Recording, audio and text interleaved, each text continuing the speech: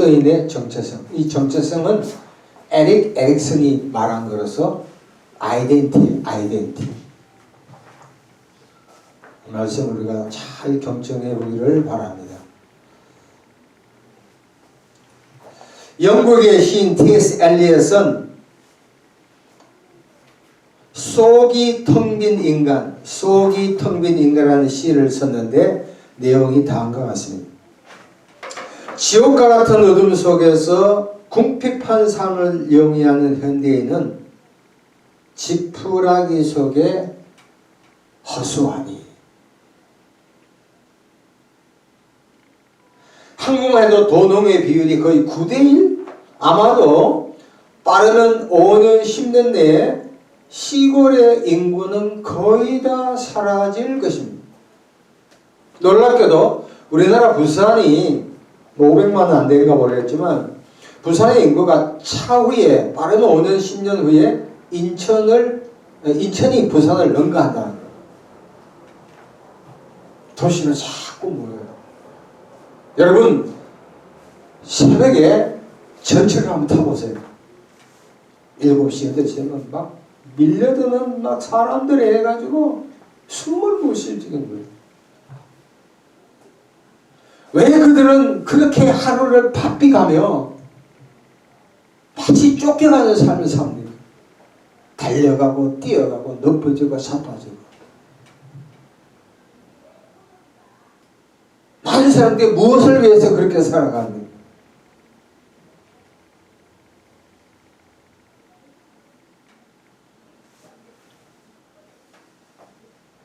프랑스의 후기 화가인 폴 고갱이라는 사람이 있습니다. 불치병에 걸려있고 그가 자살하기 마지막 전에 딸도 죽고 나서 우리는 어디에서 와서 무엇 때문에 살며 어디를 향해 가고 있는가? 이 질문은 크리스찬이든 넌 크리스찬이든 예수 믿는 사람이든 믿지 않는 사람들이 현대를 살아가면서 심각하게 생각해. 나는 어디에서 와서 나는 무엇을 위해 살며 나는 어디를 향해 가는 거예요. 첫 번째 질문. 나는 어디에서 왔느냐? 삶의 기원을 이야기해요. 내 출처를 말하는 거예요. 이씨, 박씨, 채씨, 김씨가 아니에요. 나는 어디에서 출발했는가? 답은 딱 한 가지. 나는 하나님으로부터 왔다는 거.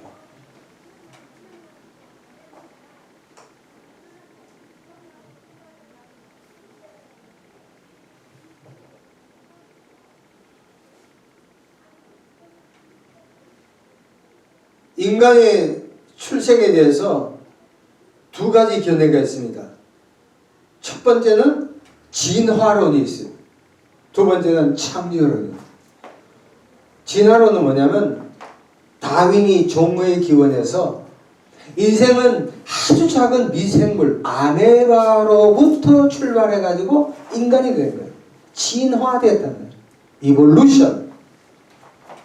영어로 적자생존입니다. Survival of the fittest. 적자생존. 그러니까 환경에 적응하지 못한 종은 다 사라지고 환경에 적응 잘한 종은 남아서 이 땅에 산다는 거예요.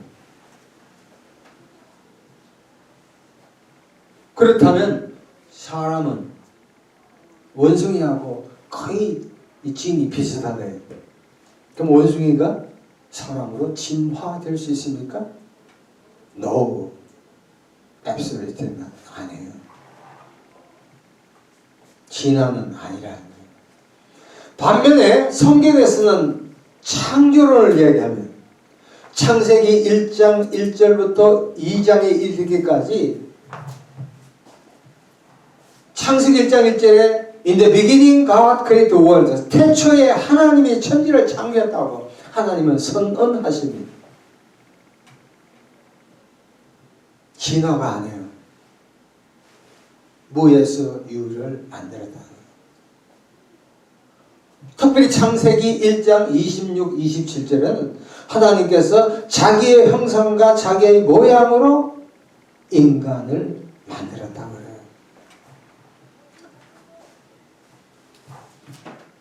우리 말씀 봅니다. 시편 100편 봅니다.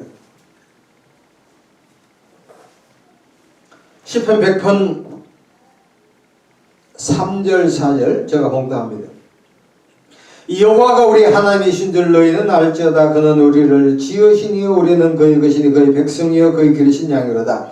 감사함으로 그의 문에 들어가며 찬송함으로 그의 궁전에 그에게 감사하며 그의 이름을 송축할지어다. 와, 여기 송축은 영어로 praise his name. 이스라엘 백성들은 하나님의 존재 여부를 묻지 않아요. 무조건 하나님이 창조하셨다.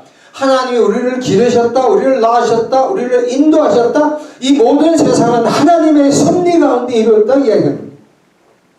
최근 우리 동기들이 신대원 동기들이 만나 이야기하면서 재미있는 결론을 내렸습니다. 우리가 인생을 누구를 만나든 어디를 가든 결국에는 하나님의 섭리 가운데로 된다. 모든 사람이 그렇다. 내가 좋지 않은 인생을 살았다. 내가 실패했다. 좌절했다. 어쩌면 내가 성공했다. 뭐 부귀를 늘었다. 내가 목회를 우리 동네에 한 1000명 이상은 목사들이 있어요. 어쩌면 하나님의 섭리 가운데 모든 것이 되어지고 있다. 그럼 우리는 슬퍼할 이유가 없어요. 실패할 그 자격도 없다니.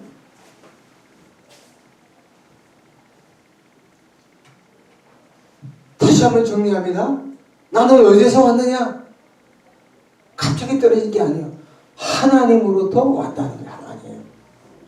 그러므로 솔로몬, 지혜의 대명사 솔로몬은 전도서 12장 10절에서 일의 결국을 들었으니 하나님을 경외하라.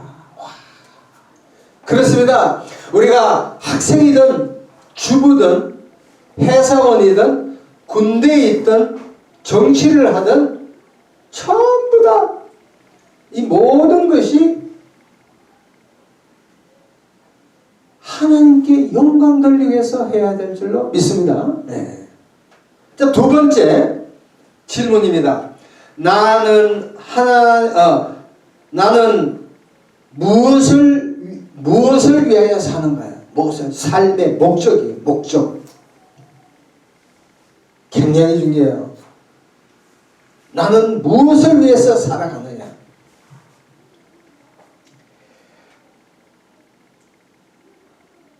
사회학자들은 북한이나 남한이나 어떻게 보냐면은 왕조 중심 사회로 본다고 해요. 북한도 한번 생각해 전 세계 공산주의가 거의 다 사라졌어. 근데 이상하게 북한만이 왕이요 왕. 남한도 마찬가지예요. 모든 것이 잘 안 되면 누구 탓? 대통령 탓이요. 내 탓이 아니야. 모든 건 남에게 전가해. 나라 님이 바뀌면 세상이 뒤집어지라 생각하는 거예요. 천만의 말씀. 이 땅에 좌파가 대통령이 되든 우파가 되든 세상은 똑같아. 차이만 조금 날 뿐이지. 그래서 많은 사람들이 권력을 향해 열심히 살아가요. 국회의원이 되고 대통령이 되려고 열심히 노력해. 그러나 건불 10년이라고 권력도 10년이면 다 사라져. 우리나라는 5년이야. 건불 5년.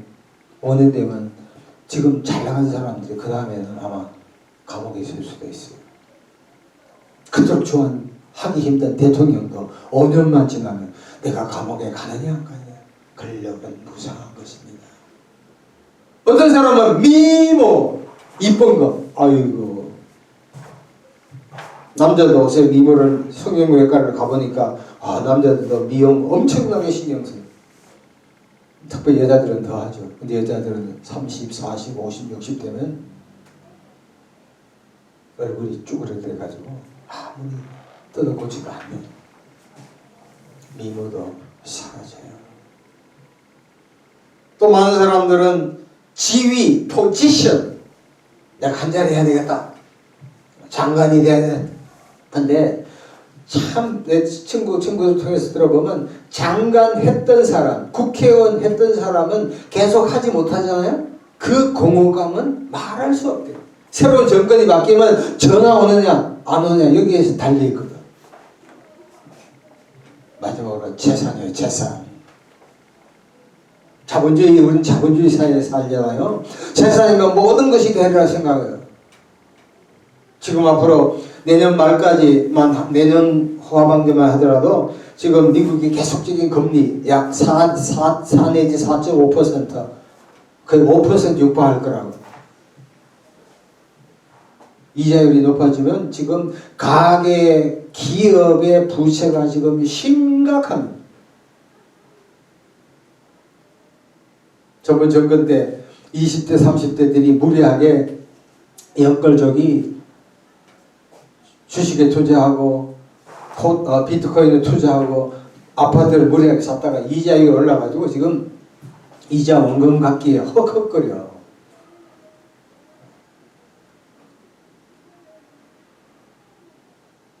돈이 많은 사람은 걱정 없어. 그렇지만 중간에 있는 사람은 굉장히 힘이 될 거라고. 근데 사실 우리가 지금 우리나라는 너무너무 지금 잘 살고 있는데 더 잘 먹어봐야 그거라. 재산도 마찬가지. 제가 사는 이 가양동에는 아파트 평이 한 35평짜리도 있지만 정부 아파트로서 7평, 8평짜리 사람들이 많아요. 어쩌면 그 사람들이 이렇게 지나다 보면 더 마음이 편할 때가 너무 많아. 그렇습니다. 권력도, 미모도, 지위도, 재산도 일시적이고 현세적이고 물질적이고 찰나적인 것에 불과합니다. 그럼 우리는 어떻게 살아야 될까? 하나님의 영광을 위해 살아야 돼요. 고린도서 10장 31절에 너희가 먹든지 마시든지 무엇을 하든지 다 하나님의 영광을 위해서 하라. 장로교의 웨스트민스터 교리 첫 번째가 인간의 목적이 뭐냐? 하나님의 영광을 위해서 살아야 돼요. 여러분 보세요. 학생이 아무리 공부를 열심히 하고 직장인 열심히 산다 하고 가문의 영광을 누리면서 산다 하더라도 그건 일시적이에요. 그러나 하나님 우주 만물을 만드시고 지금도 우주를 지배하시고 우리 인류를 모두 다 심판하실 하나님의 영광을 위해서 산다면 그 인생은, 그 가정은, 그 나라는 영원할 줄로 믿습니다.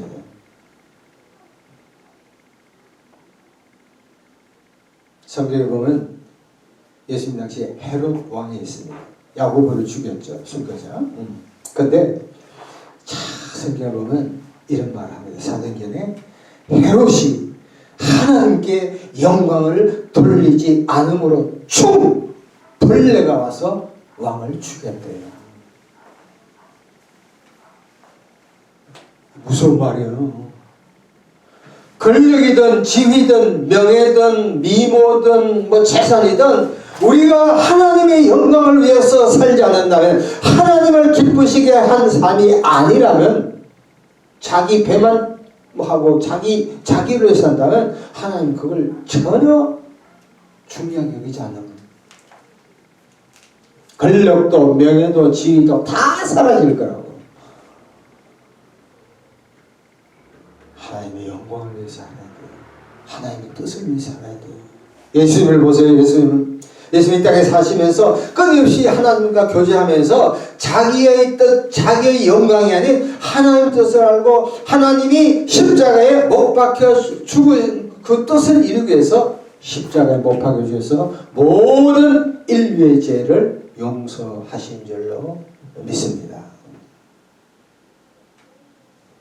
마지막으로 나는 어디를 향해 가는가? 첫 번째는 나는 하나님으로 떠다. 두 번째는 나는 하나님의 영광을 위해서 한다. 세 번째는 하나님께 간다. 삶의 방향성이요. 방향. 여러분, 방향은 굉장히 중요합니다. 내가 내 인생에서 동쪽으로 가야 하는데 서쪽으로 가면 180도가 틀려요. 길이 아니면 가지를 말아야 돼요. 여러분 한번 곰곰이 생각해 보세요. 우리가 사람 인수가 70, 80 아니죠. 지금 90, 100, 100살, 9988, 234 열심히 산다 하더는 이 땅의 삶이 다 끝나면 여러분들은 어디를 향해 가십니까? 다 죽죠. 히브리서 9장 27절에 한 번 죽는 것은 정하신 것이요 그 후에는 심판이 있다. 심판.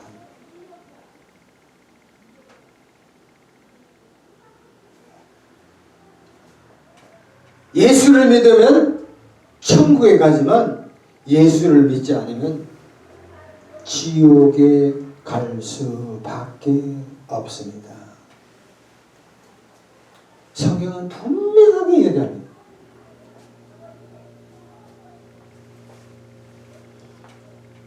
누가복음에 보면 부자와 거지 나사렛에 대한 비유가 나타납니다. 부자는 돈이 많으니까 매주 파티를 해요. 고관 대작들을 불러서 인생을 즐겨요. 반면에 거지 나사로는 부자가 던져줬던 버렸던 빵을 먹고 살아요. 이 땅의 삶이 다 끝났어요. 180도 바뀌었어요. 부자는 지옥에서 평생 고생하지만 거지 나사로는 아브라함이 꿈에서 하나님과 영원히 평안한 기쁨, 소망을 가지고 살아가는 거야. 여러분, 우리가 아무리 열심히 산다 하더라도 이 땅에서 삶은 잠시, 이 땅에서 우리가 여러분의 생애를 열심히 살아야지만 가장 중요한 것은 예수를 믿고 약 8, 90년 이 짧은 인생에서 영원히 끝날 것이 아니라 영원히 살 수 있는 유일한 길은 십자가에서 우리 죄를 위해서 죽으신 예수를 믿어야 할 줄로 믿습니다. 예수 믿으면 이 땅에서 제사함 받고 마음속에 평화와 기쁨을 누리며 결국은 영원히 천국에 들어가는 거예요. 와. 오늘 본문 로마서 11장 36절 만물이 주에게로 나오고 주로 말미암고 주로 돌아갑니다. 영어로 from him, through him, to him. 와. from 하나님께로 와서 through 하나님의 영광을 위해 살며 마지막으로 하늘로 가게 됩니다. 여러분, 어떤 사람은 너무너무 지금 병중에 계신 분들 있을 거예요. 사업이 쪽 망할 수도 있어요. 부부간에 갈등이 있을 수가 있어요. 자식을 잃은 슬픔에, 부모를 잃은 슬픔에 놓여 있고, 때로는 망연자실할 때가 너무너무 많았을 거예요. 여러분, 이 땅에서의 모든 삶은 다 순간적으로 지나갑니다. 흥하든 망하든 승하든 쇠하든 잘 되든지 못 되든지 이건 다 인간적인 평가예요. 오직 인류의 구세주인 예수 그리스도를 믿는 것만이 이 땅에서 뿐만 아니라 영원한 하늘나라에서 기쁨과 평화를 누릴 줄로 믿습니다. 그렇습니다. 우리 모든 사람은 하나님으로부터 와서 하나님의 영광을 위해서 살며 하늘 계시는 하나님께로 가야 합니다. 예수를 꼭 믿고 살아가시기를 예수 그리스도 이름으로 간구합니다.